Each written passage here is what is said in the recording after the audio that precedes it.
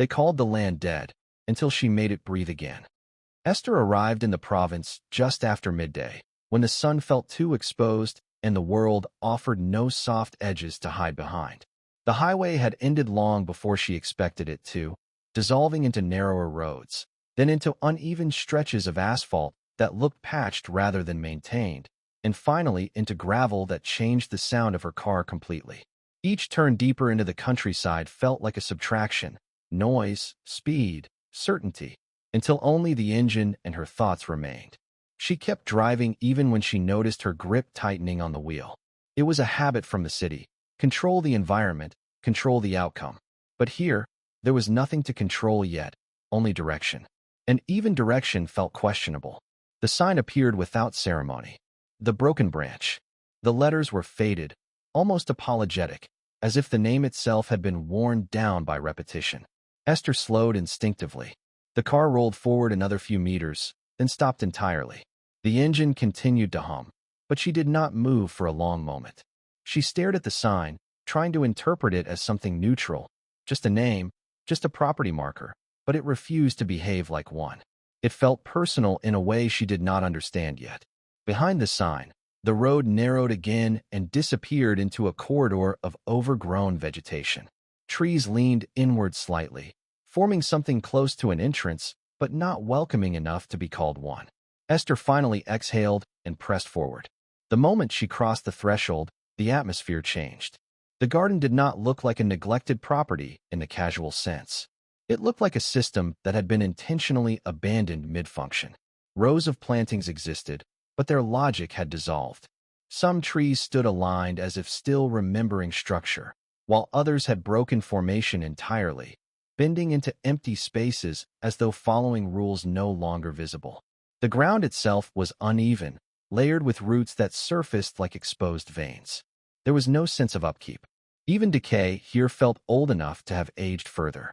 Esther parked near what seemed like a central clearing. She turned off the engine and sat in silence. Without the mechanical noise, the place felt louder in a different way: wind moving through dry branches, distant creaks from unstable wood, and the subtle collapse of things settling into themselves. She stayed inside the car longer than necessary, not because she was afraid, but because the transition between arrival and acceptance felt too sharp to cross immediately. Her life in the city had been defined by glass, steel, and predictability. This place offered none of those reference points. Eventually, she stepped out. The air was heavier than expected, carrying moisture from the soil and something older underneath it, like organic matter that had stopped transforming properly. Her shoes pressed into the ground and sank slightly, confirming what her eyes already knew. Nothing here was stable in the structural sense. Esther adjusted the strap of her bag and looked around with the instinct of someone trained to read space. She had spent years designing buildings, calculating load, anticipating failure points, imagining how environments would behave under pressure. But here, the usual logic did not apply. There were no clean lines, no predictable materials, no controlled geometry. Still, her mind tried.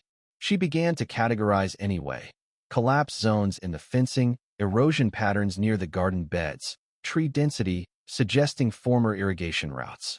But every conclusion ended in the same place: abandonment long enough to erase intention. She moved forward slowly, stepping over roots that crossed the path like interrupted sentences. The deeper she went, the more the garden resisted interpretation.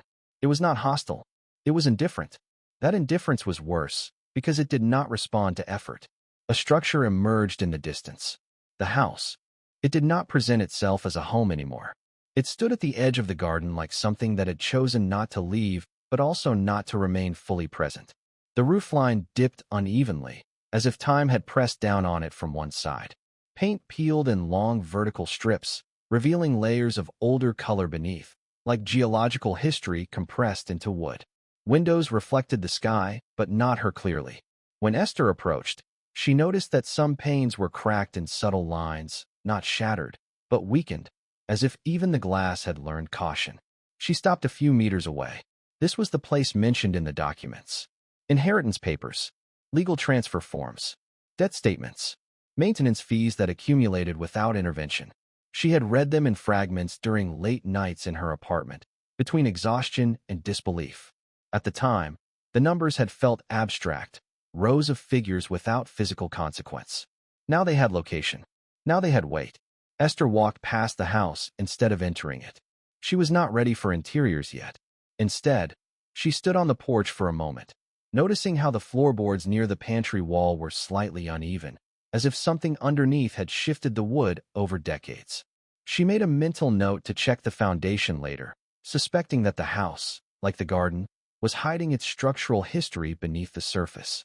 Instead, she followed what seemed like the natural flow of the land, though even natural felt uncertain here.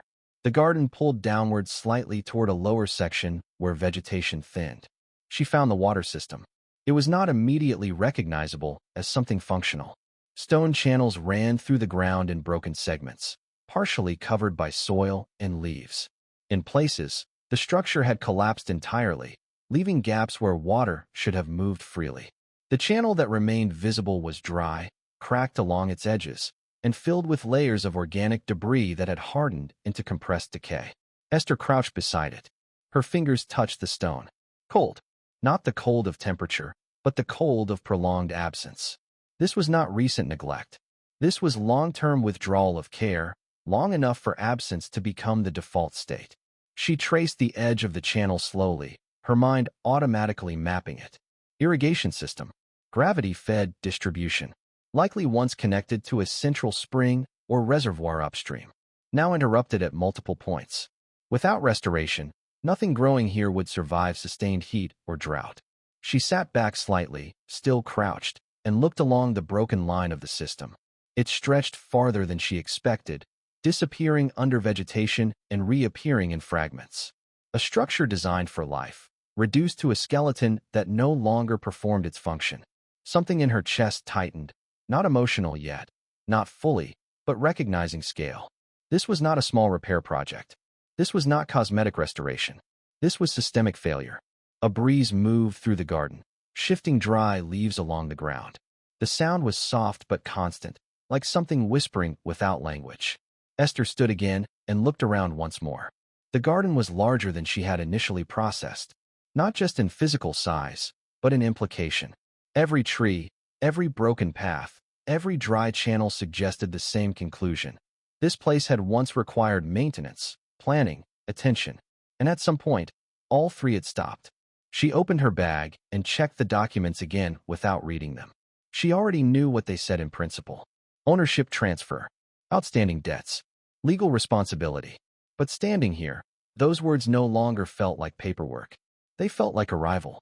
Esther closed the folder and looked at the land one more time, no longer trying to impose order on it, but also not yet accepting it. The garden did not respond. It simply remained what it was, waiting.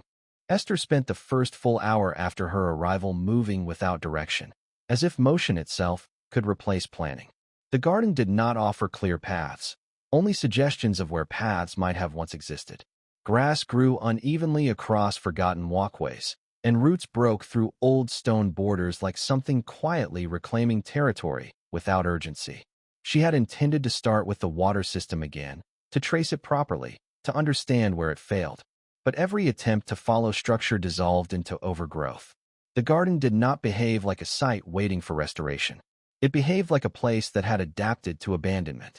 By the time she reached a wider clearing near the lower edge of the property, her focus had narrowed into practical frustration. Sweat gathered at her temples. Her hands were already scratched from branches that did not yield easily. She paused to reassess, scanning for any sign of human maintenance, tools, markers, anything. That was when she noticed movement near the stream bed.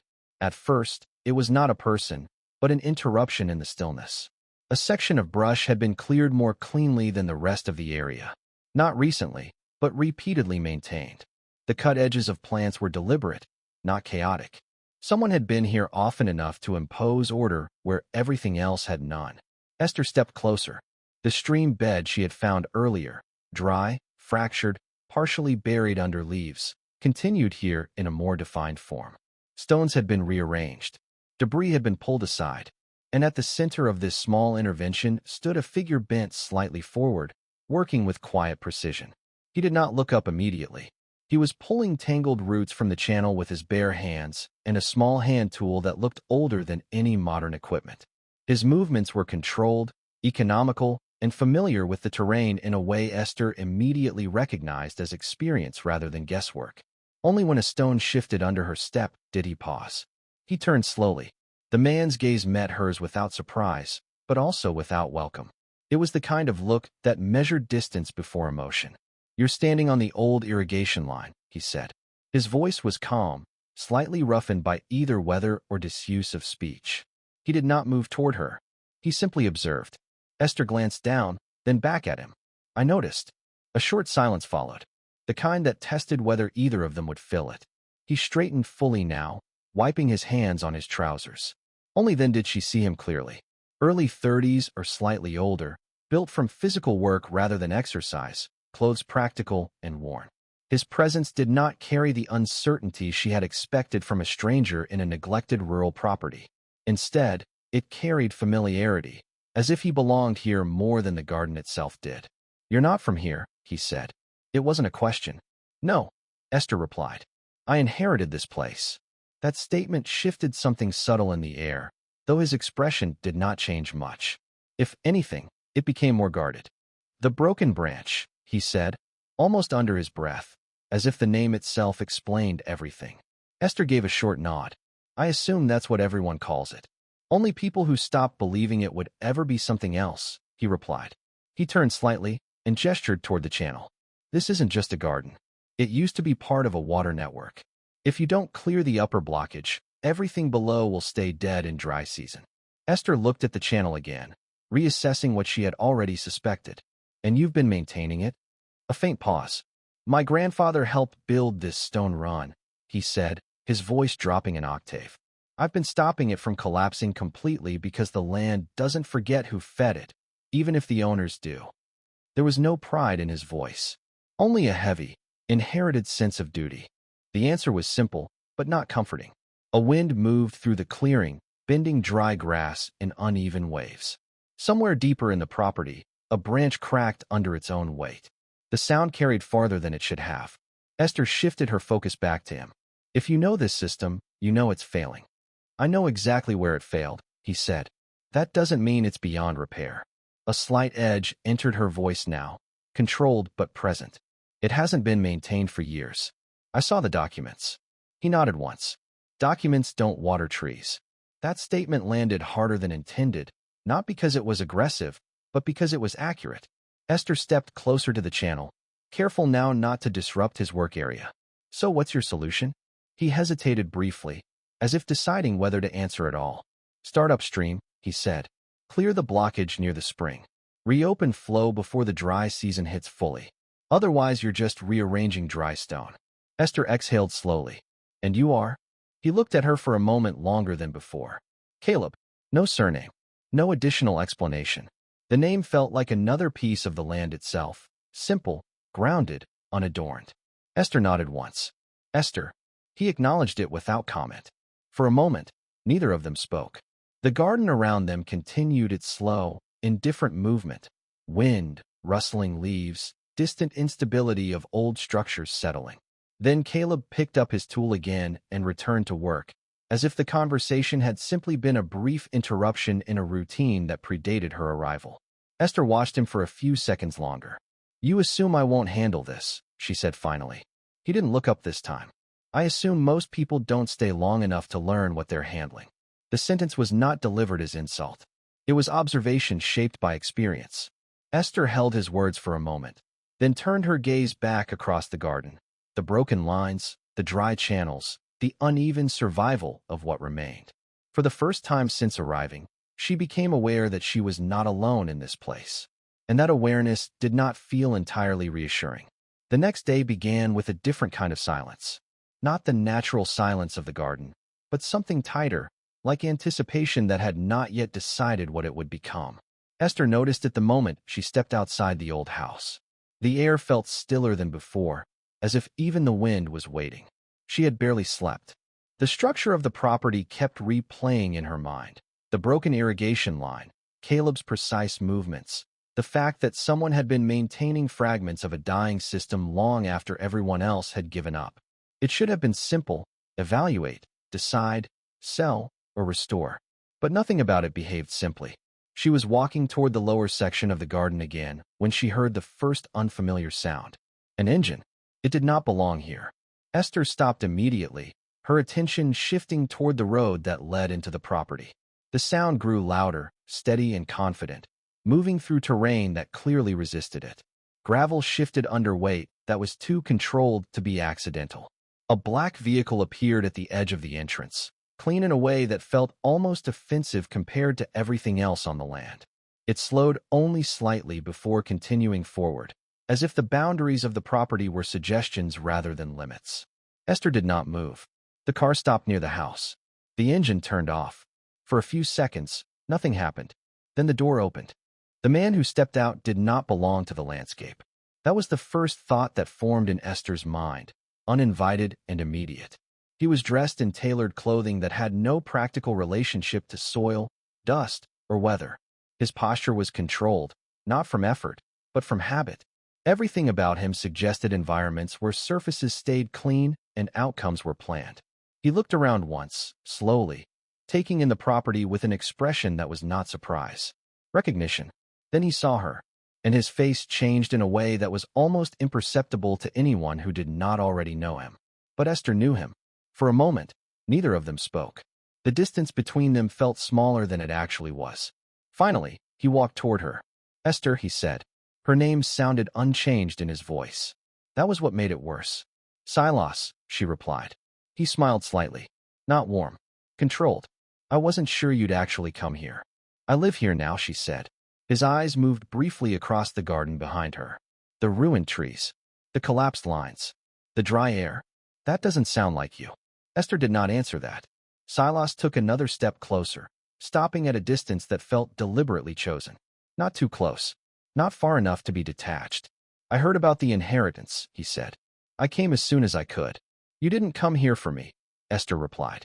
A pause. Then his smile deepened slightly. "I came here for both." The words were careful, balanced. He gestured toward the land. "This place is larger than I expected." "Broken," Esther corrected. He didn't react to the word. Instead, he continued scanning the property. Underutilized assets often look like that. The phrasing made something tighten in Esther's chest, though she kept her expression neutral. Silas turned back to her. "You know this land is tied up in debt. I've seen the documents. And you know it's not just maintenance costs," he continued. "There are legal complications. Taxes. Old agreements. It's not just a garden, Esther. It's liability." She held his gaze. "Why are you telling me this?" He paused again, like someone selecting the correct version of a truth. "Because I can help you remove it." That sentence landed differently than the rest. Esther narrowed her eyes slightly. "Remove it?" Silas nodded once. "There's a development project planned for this region. A recreational complex. Hotels, facilities, infrastructure. This land fits perfectly into the layout." He said it as if describing inevitability. Esther looked past him, toward the garden again. "So you want to buy it?" "I want to solve your problem," he corrected gently. "That's not what this is." Another faint smile. "It always is, eventually." A silence stretched between them. The wind moved again, but weaker than before. Esther finally spoke. "Why you?" Silas stepped slightly closer again, just enough to close emotional distance without breaking physical boundaries. "Because I understand value," he said. "And because I know you don't want to drown in this place." The words were softer now, almost familiar. Esther's expression changed for the first time, subtle, but real. Not anger. Something older. Something unfinished. "You don't know what I want," she said. For a brief moment, something flickered in his eyes. Memory, calculation, or both. Then it was gone. "I used to," he said quietly. He looked at her not with malice, but with the cold pity of a doctor observing a terminal patient who refused treatment. To him, her resistance wasn't strength. It was an architectural error in a plan that had to be corrected. That sentence shifted the air more than anything else. Esther looked at him more directly now, and for the first time since his arrival, the past stopped being background and became present. "You don't get to do this here," she said. Silas exhaled slowly. "I'm not doing anything. I'm offering you an exit." She shook her head once. "This isn't an exit. He glanced toward the garden again, then back to her. It will be, whether you decide or not. A final pause. Then he stepped back slightly, as if concluding a conversation that had already been decided elsewhere. I'll stay in town for a while, he said. Think about it. Esther did not respond. He turned, walked back to the car, and got in without urgency. The engine started again. And just like that, he was gone. But the air did not return to normal. It remained changed, heavier, sharper, as if something had been introduced into the garden that would not dissolve easily. Esther stood still for a long time after the car disappeared. Then, finally, she turned back toward the land.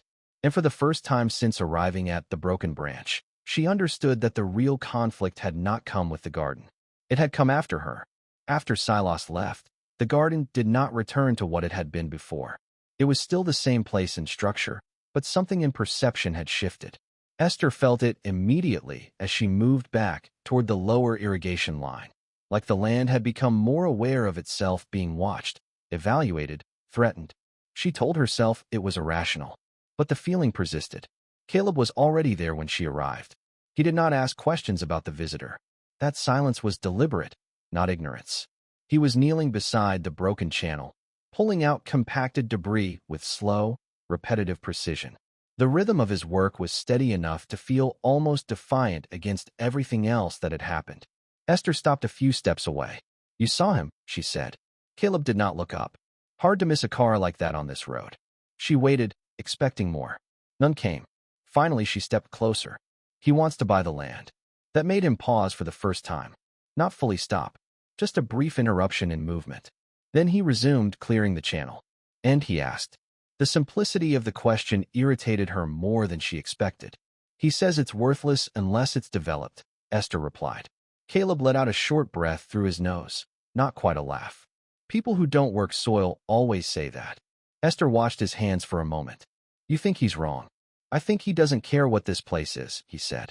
Only what it can become on paper. That answer stayed in the air longer than the words themselves. Esther shifted her gaze toward the dry channel stretching further down.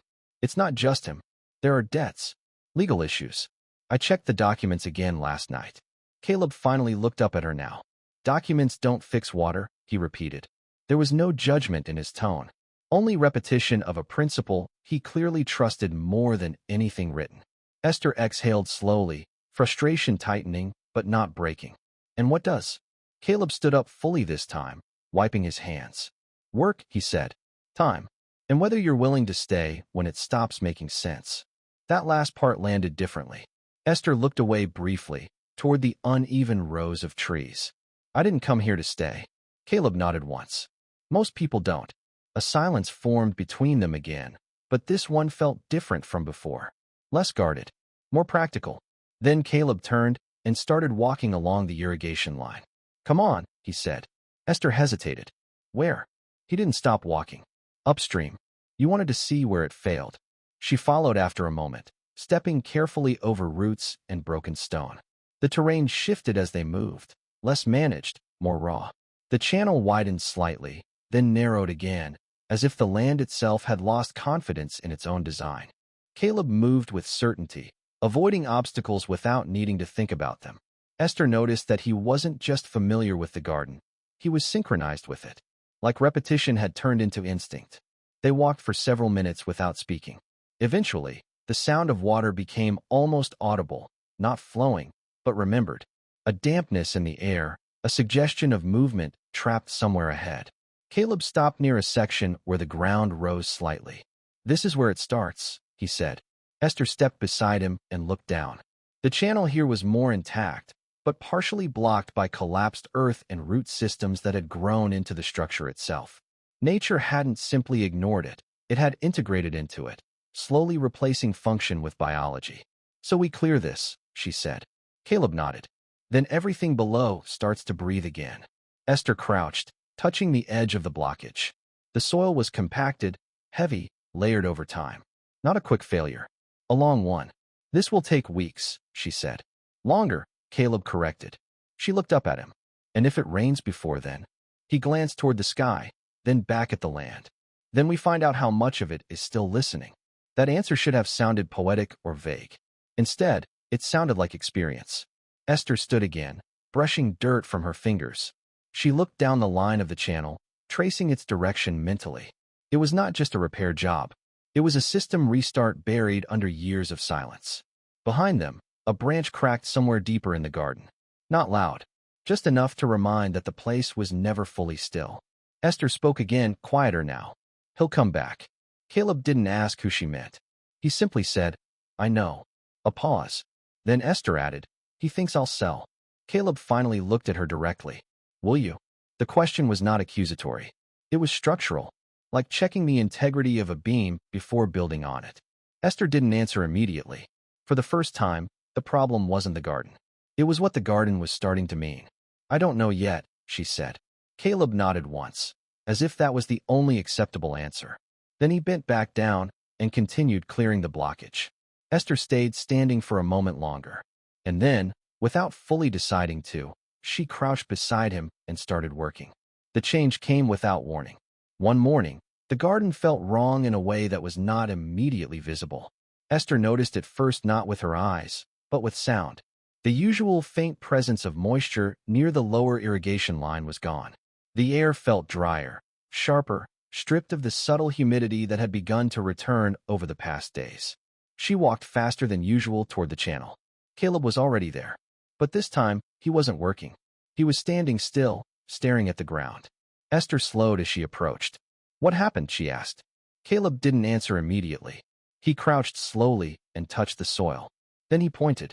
The irrigation channel was dry, not just blocked, diverted. A section of stone upstream had been disturbed, too cleanly, too deliberately. Earth had been packed into a new direction, forcing what little remaining water flow there was away from the system entirely. This wasn't collapse, Caleb said quietly. This was done. Esther stepped closer, her eyes scanning the disruption. The structure had been altered with intention. Someone had redirected the flow. Her voice tightened. Silos. Caleb didn't confirm or deny. He didn't need to. He only said, this is recent. Esther stood still, her hands curling slightly at her sides. He can't just. He can. Caleb interrupted. If he knows where pressure points are. That sentence shifted the problem from physical to strategic. Esther looked down the line of the channel, now broken in a way that felt surgical. How long until this affects the lower trees? Caleb's answer was immediate. Days. Silence followed. Not empty silence. Pressurized silence. Then Esther exhaled sharply. We fix it. Caleb nodded once. We fix it. But neither of them moved yet, because both understood something else had changed. This was no longer restoration. It was interference. Later that day, Esther received the second blow. A courier arrived at the property road. Unexpected, formal, out of place in the rural setting. He handed her a sealed envelope and left without explanation. Esther opened it while still standing outside. Legal notice. Her eyes scanned quickly. Old land registration discrepancy. Missing signature in inheritance transfer chain. Historical ownership ambiguity tied to previous family documentation. Her stomach tightened as she read further. A claim had been filed questioning the legitimacy of her full ownership of the broken branch. And the filing party was not anonymous. Silos Development Group. Esther read the document again, slower this time, as if repetition could change meaning. It didn't. Caleb stepped out of the house behind her, noticing her posture before she spoke. What is it? He asked. She didn't answer immediately. Then she turned the paper slightly, so he could see. Caleb read it once. Then again. His expression did not change much, but something in his eyes hardened. He's not just trying to buy it, he said. No, Esther replied. He's trying to invalidate it. Caleb looked back toward the garden. This is pressure, he said. Not law. Pressure disguised as law. Esther folded the document slowly, controlled. He's building leverage. Caleb nodded. And removing yours. A pause. Then Esther spoke again, quieter. He knows exactly where I'm weakest. Caleb glanced at her. No. Esther looked at him. Caleb corrected himself slightly. He knows where systems are weakest. That distinction mattered, but it didn't make it easier. By evening, the sabotage in the irrigation system had already started to show consequences. Soil near the younger trees was drying unevenly. Leaves that had begun to regain color over the past days now looked uncertain again, as if the garden itself was losing confidence in recovery. Esther stood in the lower field, staring at the damage. Caleb worked beside her, but slower now, more deliberate. We can redirect it back, she said. Not fast enough, Caleb replied. Then what? He didn't answer immediately. Instead, he looked upstream. We find where he entered the system. Esther frowned slightly. You think he did this himself? Caleb shook his head. No. A pause. Then, he sent someone who knows land. That made it worse, because it meant this wasn't a symbolic attack. It was informed. That night, Esther stayed in the house longer than usual. She spread the legal documents across the old wooden table. Pages of technical language, clauses, references, signatures. Each line felt like a different kind of erosion. Ownership questioned. Continuity broken. Authority fragmented. It was the same pattern as the garden, just written differently. Caleb entered quietly at some point, standing near the doorway without interrupting her focus. After a while, he said, "This won't hold if we challenge it properly." Esther didn't look up. With what? Records? Witnesses? Land history? She let out a short, humorless breath. Against a development group? Caleb didn't answer immediately. Then, against systems that assume silence. That made her pause. She finally looked at him. For the first time, the problem felt fully shaped. Not just land, not just law, but pressure applied from multiple directions at once. Physical, legal, psychological. Esther leaned back slightly. He wants me to quit, she said. Caleb corrected her again, softer this time. He wants you to choose faster than you can think. Silence followed. Then Esther said, almost to herself, I won't sell. Caleb nodded once. But he didn't look relieved, because both of them now understood the same thing. Selling was no longer the only way to lose. The garden changed after the sabotage, not in structure, but in atmosphere. Everything felt slightly more divided. Areas where water still reached looked alive, while others already began to retreat into dryness. It was no longer a single system in decline. It was fragments competing for survival.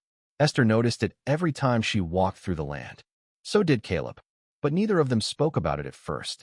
They worked instead, quietly, repeatedly, without ceremony, until Silas returned. He arrived in the late afternoon, when light stretched too long over the fields and shadows felt delayed, as if even time was uncertain about moving forward. Esther saw the car before she heard the engine fully fade. She stopped immediately. Caleb was farther down the irrigation line, but he noticed her shift in posture and followed her gaze. Silas stepped out as if he belonged to a different version of the same world. Same land, same road, but untouched by its exhaustion. He didn't rush. He never rushed. That was part of his control. He walked toward Esther with measured calm, stopping at a distance that was no longer unfamiliar. Esther, he said again, like repetition could stabilize history. Her voice was flat. You caused the legal filing. Silas didn't deny it. Instead, he tilted his head slightly. I initiated a review. That's all. A review, she repeated. Yes. He glanced briefly toward the garden. When ownership is unclear, development cannot proceed safely. Caleb had reached them by then, but stayed slightly behind Esther, not intervening. Silas noticed him. His eyes lingered for a second longer than necessary. So you're still here, Silas said to Caleb. Caleb didn't respond. That silence irritated something subtle in Silas' expression, but he masked it quickly. Then Silas turned back to Esther. I'm not here to pressure you, he said. I'm here to prevent you from making an irreversible mistake. Esther gave a short, controlled laugh. You already are the pressure.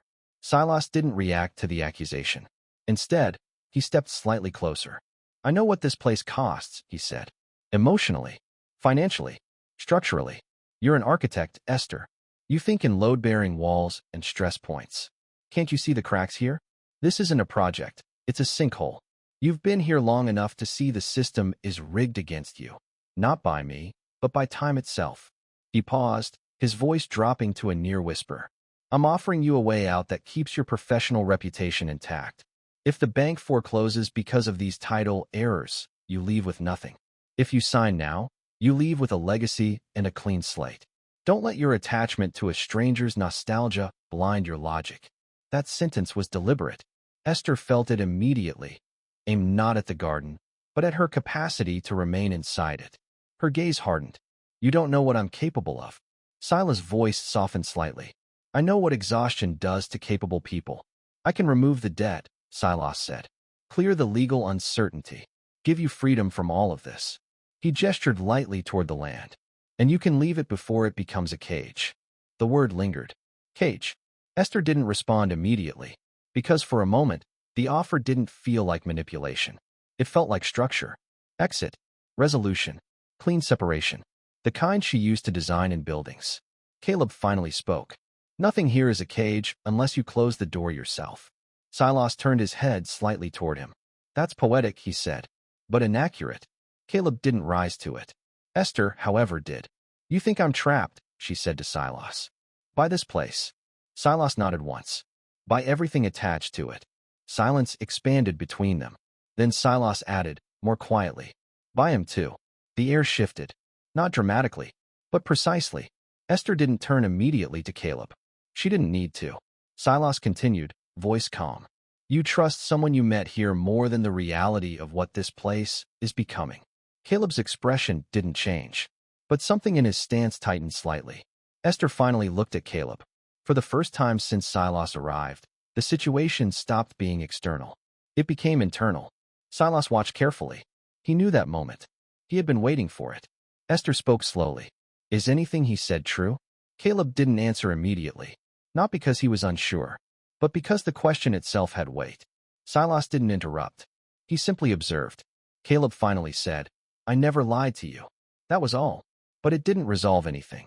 It only defined the boundary. Esther stood between two versions of certainty.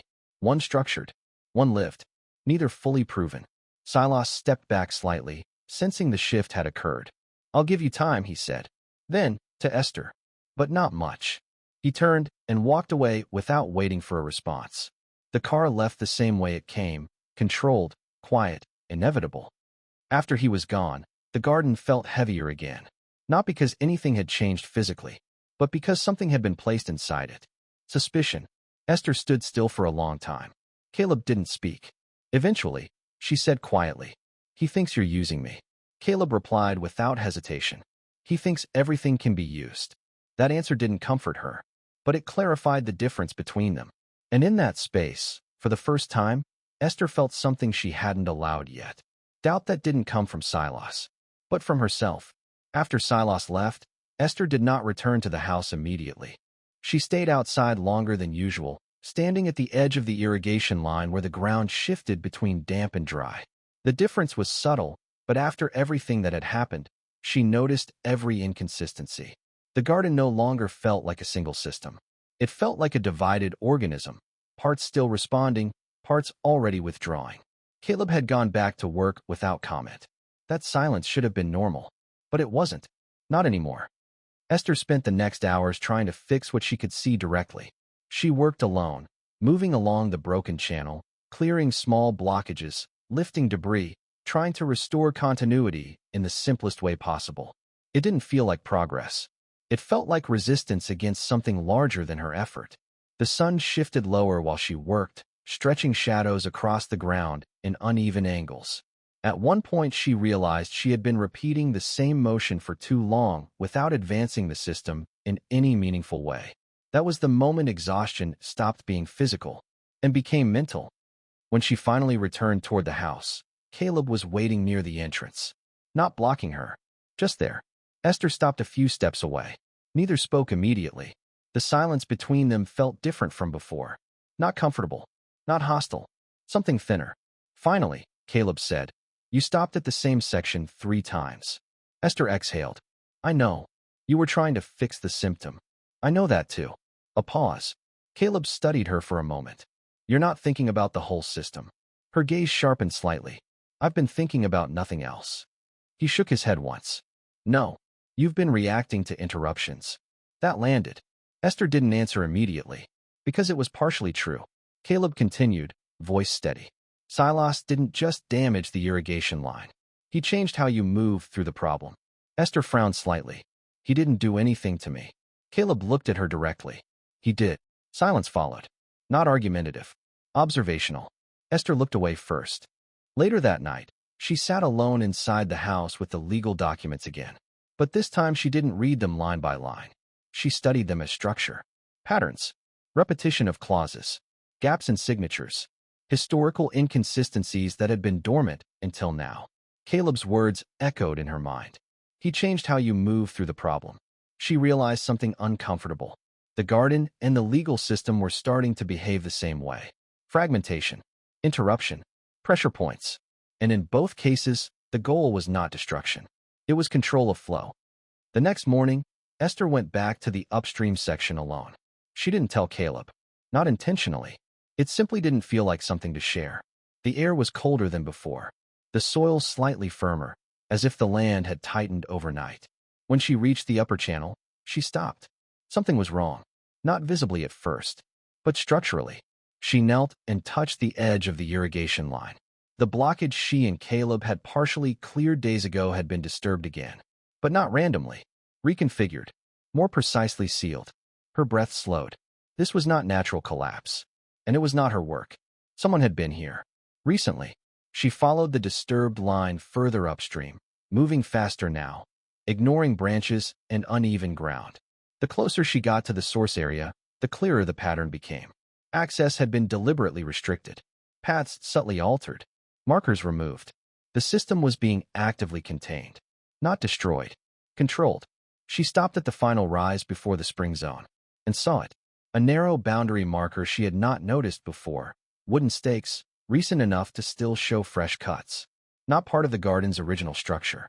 Industrial intent disguised as rural presence. Her stomach tightened. This wasn't just interference anymore. This was claim behavior. Behind her, footsteps approached. Caleb. He stopped beside her without speaking at first. He saw what she was looking at, and his expression changed slightly. Not surprise. Recognition. Esther spoke first, quietly. This wasn't Silas directly. Caleb nodded once. No. A pause. Then, this is his system moving without him. Esther stood slowly, looking at the marked boundary again. For the first time, the problem wasn't a man. It was what he had already set in motion, and it was operating even when he wasn't present. The garden was no longer just abandoned. It was being rewritten. The storm did not arrive like weather. It arrived like consequence. It began in the distance, long before the first drops reached the broken branch. The sky changed first, thickening, darkening, compressing light into something unstable. Esther noticed it while standing at the lower irrigation line with Caleb, both of them silent for reasons that had nothing to do with the weather. The land felt tense, like it was bracing. Caleb looked up once and narrowed his eyes slightly. It's coming faster than expected. Esther followed his gaze. We don't have time to secure everything. We never did, he replied. That answer, for once, did not sound like philosophy. It sounded like fact. By the time the first wind hit, it wasn't gradual. It struck the garden directly. Branches bent violently. Dry leaves lifted and scattered across broken channels. The sound of movement filled spaces that had been quiet for days. The broken branch, already fractured in structure, began to reveal just how unstable it had always been. Esther and Caleb moved quickly now, no longer discussing anything, only reacting. The days had blurred into a singular, grueling rhythm of labor. It had been long enough for the skin on her hands to callous and for the silence between her and Caleb to become a shared language of necessity. They reinforced small sections of the irrigation line with whatever they could find, stone fragments, wood, their own hands when necessary. It was not restoration. It was survival engineering. The rain followed almost immediately after. Heavy, continuous, unforgiving. The ground softened within minutes. The irrigation channels, already partially blocked and redirected, began to behave unpredictably. Water that should have flowed downstream instead gathered in sudden pools, overloading weakened sections. Esther slipped once, catching herself on the edge of the channel. Caleb grabbed her arm without hesitation. Don't fight the slope, he said. I'm not, she replied, breathing hard. I'm trying to stabilize it. There's nothing stable right now, he said. And for the first time, she didn't argue. Deeper into the storm, they reached the young saplings. Trees Esther had spent weeks feeding by hand, one bucket at a time, until her shoulders burned with the weight of it. Now they were exposed. Wind hit them in sharp waves. Soil around their roots was dissolving. Esther froze for a fraction of a second. Caleb saw it immediately. We don't save all of them, he said. We save what holds. That sentence cut through hesitation. They worked together without coordination in the traditional sense, only instinct. digging, reinforcing, redirecting runoff away from the weakest points. Rain blurred everything into partial visibility. Time stopped feeling structured. At some point during the storm, Esther realized Caleb was no longer beside her. She turned sharply. He was farther down the slope, holding a collapsing section of channel wall in place with his body weight while trying to stabilize it with stones. "Caleb," she shouted over the wind. He didn't respond immediately, not because he didn't hear her, because he couldn't let go yet. Esther moved toward him, slipping twice before reaching the section. Together, they managed to redirect the flow just enough to prevent full collapse. But the cost was immediate exhaustion. They stood in the rain, breathing hard, soaked through, surrounded by a garden that looked less like a place and more like a system being tested for its right to exist. Later, near the house, they finally stopped. Not because the storm ended, but because their bodies did. Esther leaned against the wall, eyes half-focused, rain still hitting the ground around them. Caleb stood nearby, hands hanging low, water dripping from his sleeves. For a long moment, neither spoke. Then Esther said quietly, "It held more than I thought it would." Caleb nodded. "It broke less than it could have." A pause. Esther looked at him, wiping mud from her forehead. "I thought you'd head for cover when the bank started sliding." Caleb cracked a dry, exhausted smile. "And leave you to dig out the spring alone? I'm not that lazy." It wasn't a poetic declaration, but it carried more weight than any of the documents in her bag. Lightning flashed in the distance again, briefly illuminating the garden. For a split second, Esther saw it differently. Not as ruin, not as restoration, but as something in the middle of being decided. And for the first time, she understood. The storm was not the event. It was the test. The morning after the storm, the broken branch did not feel empty. It felt exposed. Branches lay fractured where they had held through the night. The irrigation lines were partially restored in places, completely destroyed in others. Water still moved through the system, but no longer with intention, only leftover momentum. Esther stood near the house, staring at the damage without moving. Caleb was already in the garden, checking sections silently. Neither of them spoke about the storm anymore. It had already become history. The notice arrived before noon. This time, it wasn't delivered quietly. A municipal vehicle stopped at the edge of the property road, and a man stepped out carrying official documents. Esther knew before she opened the envelope what it would be. Town council summons. Public hearing. Property dispute escalation. She read it once. Then again. Caleb approached from behind. "They moved fast," he said. Esther didn't look up. He moved fast. The town hall was older than it looked from the outside. Built from stone that had been repainted too many times to remember its original color, it carried the weight of repeated decisions made in the same room. Esther entered with Caleb behind her. The atmosphere changed immediately. People were already there. Local landowners. Council members. A few familiar faces Caleb nodded to briefly. And at the center of it all, Silas. He stood as if he belonged there more than anyone else. Because in a way he did. He turned when Esther entered. His expression softened slightly, but only in appearance. "Esther," he said calmly. She didn't respond. The hearing began without delay. Documents were presented first. Legal inconsistencies, ownership disputes, historical gaps in the inheritance chain. Each point was delivered with clinical precision. Sila's legal representative spoke as if describing weather patterns. Esther listened without interrupting. Caleb stood beside her, silent but steady. Then Esther stood and placed a weathered, leather-bound ledger on the table. She had spent the previous night prying up the uneven floorboards she'd noticed on her first day, finding not a structural flaw, but a survival strategy. "The discrepancy you're citing," Esther said, her voice steady, "wasn't a gap. It was a private trust agreement from 1954, hidden where the owners knew it would remain dry. It explicitly grants irrevocable water rights to this lineage, provided the irrigation flow is maintained. The flow we've just restored." Then it was Silas' turn. He stepped forward slowly, his eyes fixed on the ledger before moving to the council. "I am not here to take anything from anyone," he began. A few people in the room shifted slightly. "I am here to propose structured development that benefits this region." He paused, letting the sentence settle, then continued. "This property is not currently sustainable. It is isolated, degraded, and economically inactive." He looked at Esther when he said it. Not aggressively. Factually. and its current ownership structure is unstable. A murmur moved through the room. Esther finally spoke when prompted. She didn't argue emotionally. She didn't defend sentiment. She focused on structure. The land has been neglected, not inactive, she said. We have spent the last 6 weeks manually clearing over 400 meters of the primary irrigation line. The flow from the upper spring has been restored to 40% of its historical capacity despite external interference. A council member interrupted. With what funding? 6 weeks of labor for 2 people doesn't pay the back taxes, Ms. Marlowe. Silence. Esther hesitated for a fraction. Then Caleb stepped forward slightly. With time, he said. A few people laughed quietly. Not maliciously, just realistically. Silas took that moment. I can resolve this immediately, he said. All eyes turned to him. I will clear all outstanding debt associated with the property. I will remove legal ambiguity. I will assume financial responsibility for stabilization. He paused, then added carefully, in exchange for acquisition rights. The room shifted. This was no longer debate. It was direction. Esther looked at him. For the first time in the hearing, something inside her tightened into clarity. You are not offering help, she said. Silas met her gaze. I am offering resolution. Caleb spoke quietly beside her. Resolution for who?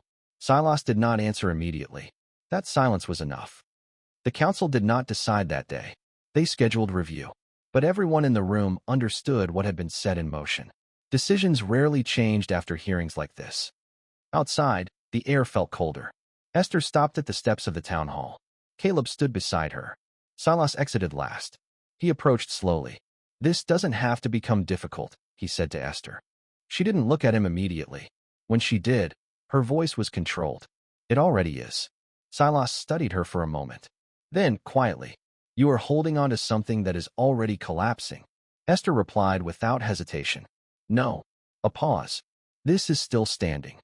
Silas looked past her, toward Caleb, then back to Esther. You are not choosing the land, he said. You are choosing the person who is losing it with you. Caleb didn't react outwardly, but the air between all 3 of them tightened. Esther stepped slightly forward. That's not your decision to define. Silas nodded once. As if accepting a variable, he would continue to calculate. I'll wait for the council's decision, he said. Then he left. When he was gone, Caleb finally spoke. He's not wrong about pressure, he said. Esther looked at him. But he's wrong about what it does, Caleb added. Silence. Esther turned toward the road. For the first time, she understood something clearly. The garden was no longer the only thing being tested. She was. The council decision came faster than expected. The broken branch had become a public case now. Documents, hearings, competing narratives. Something that once existed as a private inheritance had turned into an official problem to be resolved. Esther received the notice in the early morning. Final ruling scheduled. No postponement. No additional review. The day of the final meeting, the town hall felt different. Quieter. Heavier. Not from absence, but from anticipation that had already settled into certainty. Esther walked in with Caleb beside her. Neither of them spoke on the way. There was nothing left to prepare verbally. Silas was already inside. He didn't look tense. That was the most unsettling part. He stood near the center of the room, reviewing papers as if the outcome had already been processed internally long before anyone else arrived. When he saw Esther, he nodded once. Not warm. Not cold. Final. The council chair spoke first. This is the final review of ownership and land viability for the Broken Branch estate. The words final review echoed more than they should have. Documents were summarized again, but shorter this time. Everyone already knew the details. This stage was no longer about information. It was about decision. When Silas spoke, he didn't repeat arguments. He refined them. The land, in its current condition, cannot sustain long-term ecological or economic function without significant external investment. He paused, then added, I am prepared to provide that investment immediately. No hesitation. No uncertainty. A finished solution presented as inevitability. Caleb spoke after him. Short. Direct. This land is not failing. It is recovering. A few heads turned. He continued. It was abandoned. Not exhausted. No elaboration. No persuasion. Just distinction. Then it was Esther's turn. She stood still for a moment before speaking. Not because she didn't know what to say, but because she finally understood what had been happening from the beginning. This place was never just soil and trees, she said. The room stayed quiet. It is a system that was left without continuity. And systems don't die immediately when they are neglected. They fragment. They slow. They wait. She paused, then looked at Silas. And they can still recover. Silas exhaled softly, almost imperceptibly. You are romanticizing collapse, he said. Esther shook her head once. I am describing what I see. A pause. Then she added, and I am choosing to remain with it while it recovers. The room shifted slightly at that sentence. Not emotionally, structurally. The council withdrew, longer than expected. When they returned, the atmosphere had changed. Less uncertainty, more alignment. The ownership remains with Esther Marlowe, the chair announced. A pause. The claim filed by Silas Development Group is denied based on insufficient grounds for transfer and lack of overriding public necessity. A second pause. However, a monitoring condition will be placed on land rehabilitation compliance. It was not victory in the dramatic sense. It was permission. Silas did not react immediately. He looked at Esther for a long moment. Not anger, not defeat, calculation adjusting. Finally, he spoke quietly. This is not over. Esther met his gaze. It never was, she replied.